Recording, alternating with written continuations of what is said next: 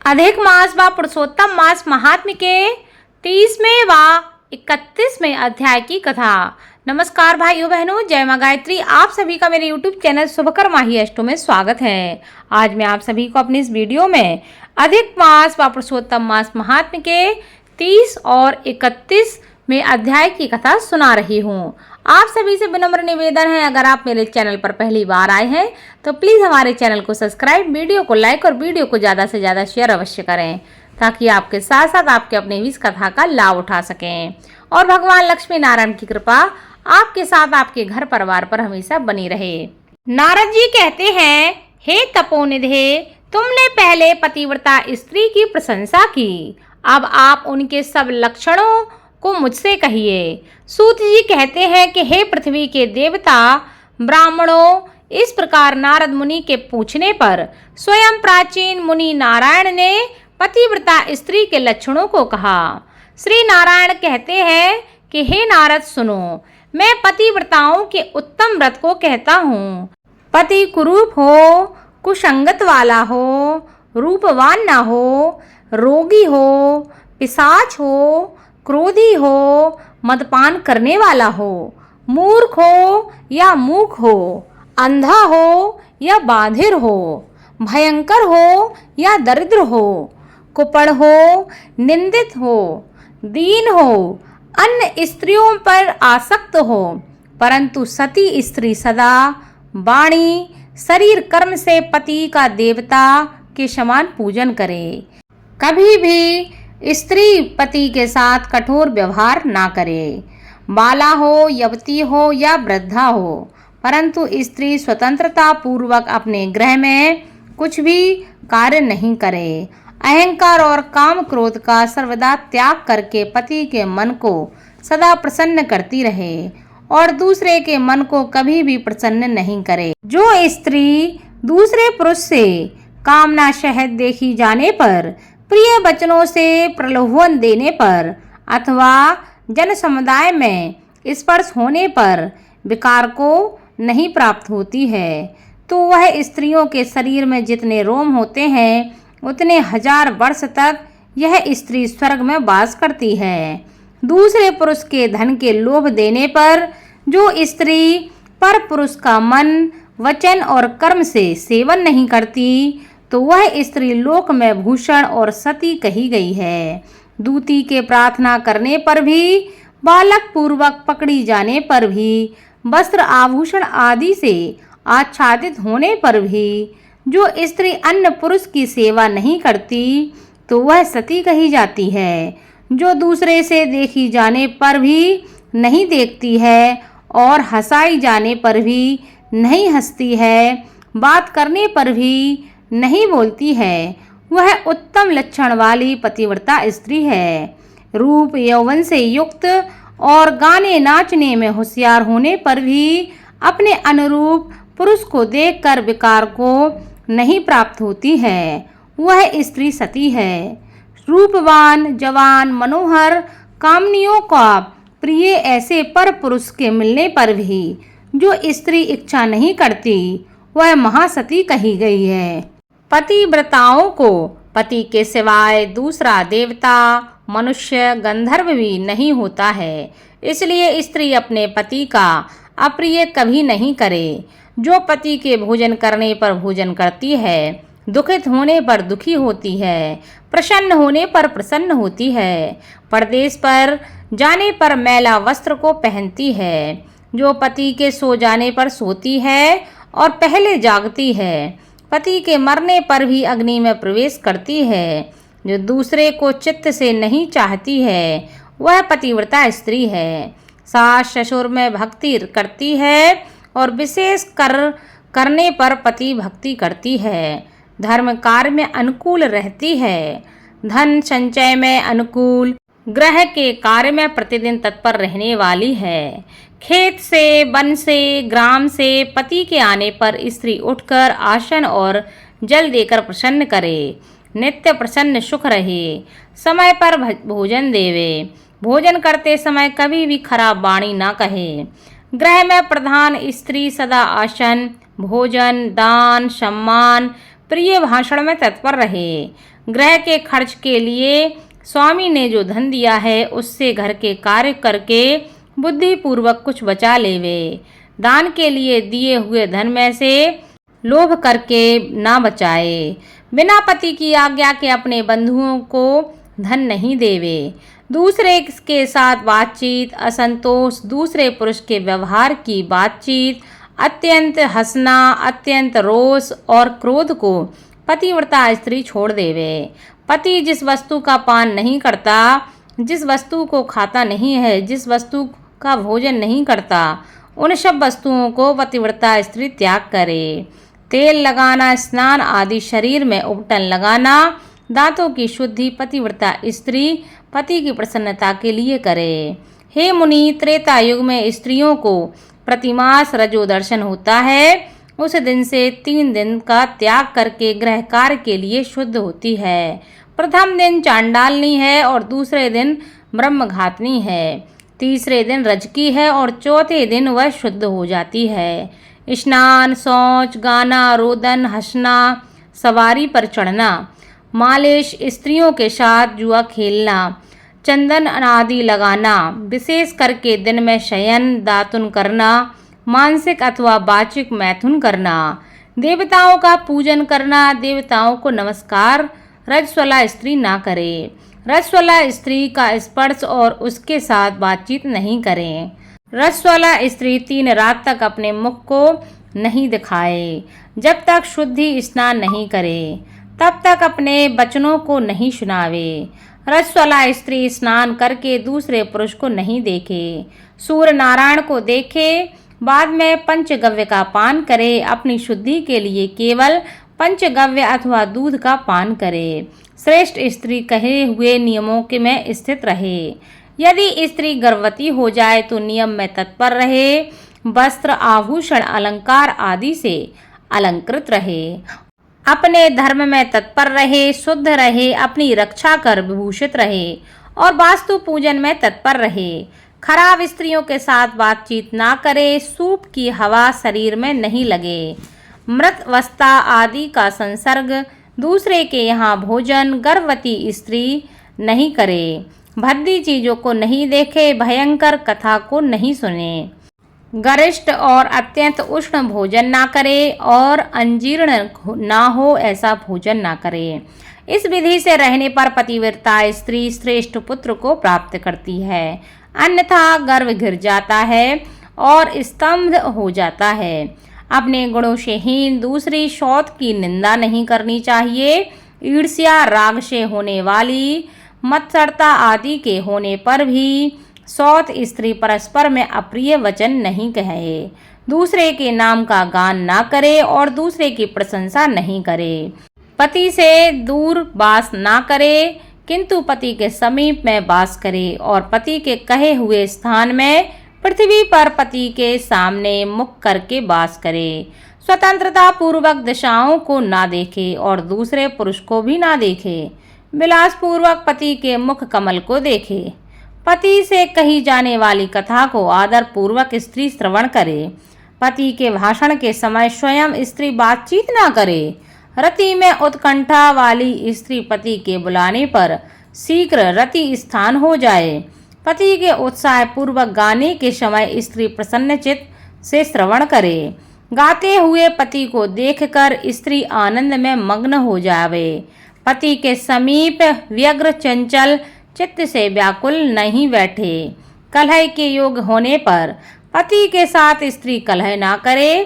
पति से भत्सर्य होने पर, निंदा की जाने वार, ताड़ित होने पर भी पतिव्रता स्त्री व्यथित दुखित होने पर भय छोड़कर पति को कंठ से लगावे। ऊंचे स्वर से रोदन ना करे और पति को कोसे नहीं। स्त्री अपने गृह से बाहर भागकर ना जाए। यदि बंधुओं के यहाँ उत्सव आदि में जाए तो पति की आज्ञा लेकर और अध्यक्ष रक्षक से रहत हो जाए और वहाँ अधिक समय तक वास ना करे। पतिव्रता स्त्री अपने घर को लौट आवे। पति के विदेश यात्रा के समय अमंगल वचन को ना बोले। निषेध वचन से मना ना करे और उस समय रोए भी ना। पति के देशांतर जाने पर नित्य उपटन ना लगावे और जीवन रक्षा के लिए स्त्री निंदित कर्म को ना करे। ससुर सास के पास शयन करे, अनियंत्र शयन ना करे और प्रतिदिन प्रयत्न पूर्वक पति के समाचार की खोज लेती रहे। पति के कल्याण समाचार मिलने के लिए दूत को भेजे और प्रसिद्ध देवताओं के समीप मांगलिक याचना करे। पति के परदेश जाने पर पतिव्रता इस प्रकार के कार्यों को करे: अंगों को ना धोना, मलिन वस्त्रों को धारण करना, तिलक ना लगाना, आंजन ना लगाना, सुगंधित पदार्थ माला आदि का त्याग, नखवाल का संस्कार ना करना, दांतों में मिश्रू आदि नहीं लगाना, ऊंचे स्वर से हंसना, दूसरे से हंसी, दूसरे की चाल व्यवहार का विशेष रूप से चिंतन करना, स्वच्छंद भ्रमण करना, दूसरे पुरुष के अंगों का मर्दन करना, एक वस्त्र से घूमना, लज्जा रहित उत्तान होकर चलना इत्यादि दोष स्त्रियों को अत्यंत दुख देने वाले कहे गए हैं। उलूखल, मूसल, झाड़ू, पत्थर, यंत्र, दहली पर पतिव्रता स्त्री को कभी नहीं बैठना चाहिए। तीर्थ में स्नान की इच्छा करने वाली स्त्री पति के चरणों को स्पर्श करवे। स्त्री के लिए शंकर से भी अथवा विष्णु भगवान से भी अधिक पति बताए गए हैं। जो स्त्री पति का वचन न मानकर व्रत उपवास नियमों को करती है, वह पति के आयुष्य का हरण करती है और मरने के बाद नरक को जाती है। स्त्रियों के लिए एक ही उत्तम नियम कहा गया है कि स्त्री सदा पति के चरणों का पूजन करके भोजन करे। जो स्त्री पति का त्याग करके अकेली मिठाई खाती है, वह वृक्ष के खड़ोरों में सोने वाली क्रूर उल्की होती है। जो स्त्री पति का त्याग करके अकेली एकांत में फिरती है, वह ग्राम में सुकरी होती है अथवा अपनी विष्ठा को खाने वाली गोह होती है। जो स्त्री पति को हुंकार करके अप्रिय वचन बोलती है, वह मूक अवश्य होती है। जो अपनी सौत के साथ ईर्षा दोष रखती है, वह दूसरे जन्म में दुर्भागा होती है। जो स्त्री पति की दृष्टि बचाकर किसी दूसरे पुरुष को देखती है, वह कानी होती है अथवा विमुखी और कुरूपा होती है। जो स्त्री पति को बाहर से आया हुआ देखकर जल्दी से जल, आसन और तांबूल, व्यंजन और पैर दबाना आदि अत्यंत प्रिय वचनों से पति की सेवा करती है, वह स्त्री पतिव्रताओं में सर्वोत्तम के समान पंडितों सी कही गई है। पति देवता हैं, पति गुरु हैं, पति धर्म तीर्थ व्रत हैं, इसलिए सबका त्याग करके एक पति का ही पूजन करें। जिस तरह जीव से हीन देह क्षण भर में अशुच हो जाता है, उसी प्रकार पति से हीन स्त्री अच्छी तरह स्नान करके सदा अपवित्र है। सब अमंगल वस्तुओं की अपेक्षा विधवा स्त्री अत्यंत अमंगल है। विधवा स्त्री के दर्शन से कभी भी कार्य सिद्ध नहीं होता है। आशीर्वाद देने के लिए एक माता को छोड़कर दूसरी स्त्री का आशीर्वाद को भी सर्प के समान त्याग देवें। ब्राह्मण लोग विवाह के समय कन्या के इस प्रकार कहलाते हैं कि पति के जीवित और मृत दशा में सहचारणी हो, इसलिए अपनी छाया के समान पति का अनुगमन करना चाहिए। इस प्रकार पतिव्रता स्त्री को भक्ति से सदा पति के अनुकूल होकर रहना चाहिए। जिस प्रकार सर्प को पकड़ने वाला बलपूर्वक बिल से सर्प को निकाल लेता है, उसी प्रकार स्त्री यमदूतों से छुड़ाकर पति को स्वर्ग ले जाती है। यमराज के दूत दूर से पतिव्रता स्त्री को देखकर पाप कर्म करने वाले भी उसके पतित पति को छोड़कर भाग जाते हैं। जितनी अपने शरीर के में रोम की संख्या है, उतने 10 कोटि वर्ष पर्यंत पतिव्रता स्त्री पति के साथ रमण करती हुई स्वर्ग लोक में सुख भोगती है। दुष्ट व्यवहार करने वाली स्त्रियां शील का नाश करके दोनों कुलों को डुबा देती हैं और इस लोक और परलोक में दुखित होती हैं। यदि देववश पति के पीछे पति का अनुगमन नहीं करती हैं, तो उस दशा में भी शील की रक्षा करनी चाहिए, क्योंकि शील को तोड़ने से नरकगामिनी होती हैं। स्त्री दोष से पति और पत्नी स्वर्ग में गिर जाते हैं। विधवा स्त्री का करीब बंधन पति के बंधन के लिए होता है। विधवा स्त्री सर्वदा सिर के वालों को मुड़वा देवे, एक बार भोजन करे, कभी भी दूसरी बार भोजन नहीं करे। खाट पर सोने वाली विधवा स्त्री अपने पति को नीचे गिरा देती है, इसलिए पति के सुख के लिए पृथ्वी पर सोवें। अंगों में उपटन नहीं लगावें, तांबूल को न खाएं, सुगंध का सेवन विधवा न करे। प्रतिदिन कुछ तिल जल से पति का तर्पण करें और पति के पिता का तथा उसके पिता का नाम गोत्र कहकर तर्पण करे।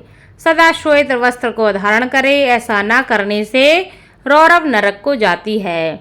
इस प्रकार नियमों से युक्त विधवा स्त्री पतिव्रता है।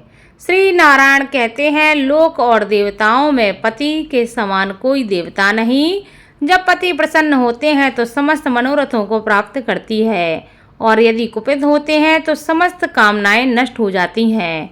उस पति से संतान, विविध प्रकार के भोग, शैया, आसन, अद्भुत प्रकार के भोजन, वस्त्रमाला, सुगंधित पदार्थ और इस प्रकार के लोक और स्वर्ग लोक में विविध प्रकार के यश प्राप्त होते हैं। सूत जी कहते हैं कि हे विप्रो, नारद मुनि इस प्रकार पतिव्रता के धर्म को सुनकर कुछ पूछने की इच्छा से पुरातन नारायण मुनि से कहते हैं। नारायण मुनि कहते हैं कि हे बद्रीपते, आपने समस्त दानों में अधिक फल को देने वाला कांसा के संपुट का दान कहा है, इसे स्पष्ट कह के मुझसे कहिए। हे ब्राह्मण, प्रथम एक समय पार्वती ने इस व्रत को किया था। उस समय श्री महादेवी से पूछा कि हे महादेवी, इस व्रत में उत्तम दान क्या देना चाहिए, जिसके देने से मेरा पुरुषोत्तम पूर्ण संपूर्ण हो जावे। हे दया सिंधु, समस्त प्राणियों के कल्याण के लिए उस दान को मेरे से कहिए। पार्वती जी की वाणी सुन शंभु ने पुरुषोत्तम भगवान का ध्यान करते हुए मन में इस बात का विचार करके समस्त लोक के हित के चाहने वाली उमा से कहा। महादेव जी कहते हैं कि हे उमा, श्री पुरुषोत्तम मास में व्रत विधि को पूर्ण करने के योग वेद में कही गई कोई दान नहीं है। गिरीशुते जो उत्तम दान कहे हैं वे सब कृष्ण के प्रिय पुरुषोत्तम मास में गौण हो गए हैं। हे सुंदरी, कहीं भी ऐसा दान नहीं है जिसको पुरुषोत्तम मास में करने से तुम्हारा व्रत पूर्ण हो जाए। हे उमा, इस पुरुषोत्तम मास व्रत की पूर्ति के लिए संपुटकार ब्राह्मण का दान है, उसको देना चाहिए। हे अगन्य, वह दान किसी से देने योग्य नहीं है। इस ब्रह्मांड के बदले में कांसे का संपुट बनाकर हे प्रिय, उसके भीतर प्रसन्नता से 30 मालपुआ रखकर 7 तंतु से बांधकर विधि पूर्वक पूजन करके व्रत विधि के लिए विद्वान ब्राह्मण को देवें। यदि विभव हो तो 30 संपुट देवें। धूर्जटी भगवान के उपकारक और सुंदर वचन को सुनकर पार्वती प्रसन्न हो गईं। हे नारद, पार्वती 30 कांसे के संपुट को विद्वान ब्राह्मणों को देकर तथा व्रत विधि को पूर्ण कर अत्यंत प्रसन्न हुई। सूत जी कहते हैं कि हे विप्रलोक, इस प्रकार नारद मुनि नारायण की वाणी सुनकर अत्यंत तृप्त होकर बारंबार नमस्कार करके पुनः कहने लगे। नारद मुनि कहते हैं, सब साधनों से श्रेष्ठ यह पुरुषोत्तम मास है। इसका उत्तम महात्म्य सुनकर मेरे को ऐसा निश्चय हुआ है। केवल भक्ति पूर्वक श्रवण करने से भी मनुष्य के महान पापों का क्षय हो जाता है, तो श्रद्धा से करने पर और विधि पूर्वक करने वालों का कहना ही क्या है। इसके बाद मेरे को सुनने को कुछ भी शेष नहीं रहा, क्योंकि अमृत से तृप्त मनुष्य दूसरे जल की इच्छा नहीं करता है। सूत जी बोले, मुनि श्रेष्ठ विप्र नारद जी इस प्रकार कहकर चुप हो गए और प्राचीन मुनि नारायण के श्रेष्ठ चरण कमल को नमस्कार किया।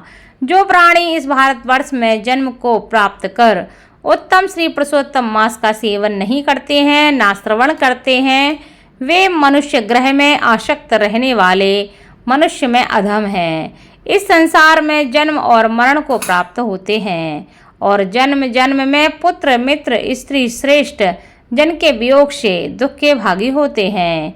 हे द्विज श्रेष्ठ, इस प्रकार मास में असत शास्त्रों को नहीं कहे, दूसरे की सैया पर शयन नहीं करें, कभी असत्य बातचीत नहीं करें, कभी दूसरे की निंदा ना करें, किसी पराये का अन्न ना खाएं और दूसरे की क्रिया को नहीं करें, सठता का त्याग करें, ब्राह्मण को दान दें। धन रहते हुए शठता करने वाला रौरव नरक को जाता है। प्रतिदिन ब्राह्मण को भोजन देवें और व्रत करने वाला दिन के 4 बजे पर भोजन करे। वे पुरुष धन्य हैं जो इस लोक में भक्ति और विधान से प्रेम पूर्वक पुरुषोत्तम भगवान का नित्य पूजन करते हैं। इंद्रदुम्न, शतदुम्न, योवाश्वन और भागीरथ राजा पुरुषोत्तम का आराधन कर भगवान के समीप चले गए। इसलिए समस्त साधनों से श्रेष्ठ समस्त अर्थदायक पुरुषोत्तम भगवान का सब तरह से सेवन करना चाहिए। गोवर्धनधारी, गोप स्वरूप, गोपाल, गोकुल के उत्सव स्वरूप ईश्वर, गोपिकाओं के प्रिय गोविंद भगवान को नमस्कार करता हूँ। प्रथम कौंडिन्य ऋषि ने इस मंत्र को बार बार कहा है कि जो इस मंत्र का भक्ति से जप करता हुआ पुरुषोत्तम मास को व्यतीत करता है वह पुरुषोत्तम भगवान को प्राप्त कर लेता है। नवीन मेघ के समान श्याम, 2 भुजा वाले, मुरलीधर शोभायमान, पीतंबर वस्त्रधारी सुंदर राधिका के सहित पुरुषोत्तम भगवान का ध्यान करें। पुरुषोत्तम भगवान का ध्यान करके पूजन करता हुआ पुरुषोत्तम मास को व्यतीत करें। इस प्रकार जो मनुष्य भक्ति से व्रत करता है वह अपने समस्त अभीष्ट को प्राप्त कर लेता है। हे तपोधन, यह गुप्त से भी गुप्त व्रत जिस किसी को नहीं कहना चाहिए, मैंने भी किसी के सामने नहीं कहा। हे विप्रलोक, अभीष्ट फलदायक पवित्र पुराण को आदर पूर्वक सर्वदा श्रवण करना चाहिए। एक श्लोक मात्र के श्रवण से मनुष्य के समस्त पाप नष्ट हो जाते हैं। हे मुनि श्रेष्ठ, गंगा आदि समस्त तीर्थों में स्नान से जो फल मिलता है वह फल पुरुषोत्तम मास महात्म्य के श्रवण से प्राप्त होता है। मनुष्य पृथ्वी की प्रदक्षिणा करता हुआ जिस पुण्य को प्राप्त करता है वह पुण्य पुरुषोत्तम मास महात्म्य के श्रवण से हो जाता है। ब्राह्मण ब्रह्म तेज वाला, क्षत्रिय पृथ्वी का मालिक, वैश्य धन का मालिक और शूद्र श्रेष्ठ हो जाता है। और जो दूसरे पशुचर्या में तत्पर किरात, हृण आदि हैं वे सब पुरुषोत्तम के महात्म्य श्रवण से मुक्ति को प्राप्त करते हैं। जो पुरुषोत्तम मास के महात्म्य को लिखकर और वस्त्र आभूषण आदि से भूषित कर विधि पूर्वक ब्राह्मण को देता है वह तीनों कुलों का उद्धार करके जहाँ पर गोपियों के समूह से घिरे हुए पुरुषोत्तम भगवान हैं ऐसे दुर्लभ गौलोक को जाता है।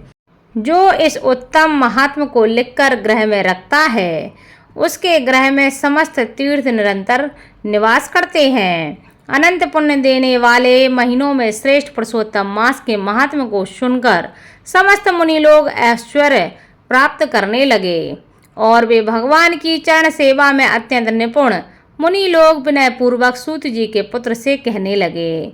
ऋषि बोले, हे सूत जी, हे सूत, हे महाभाग, हे महात्मने, तुम धन्य हो, तुम्हारे मुख से अमृत पान कर हम सब अत्यंत कृतार्थ हो गए।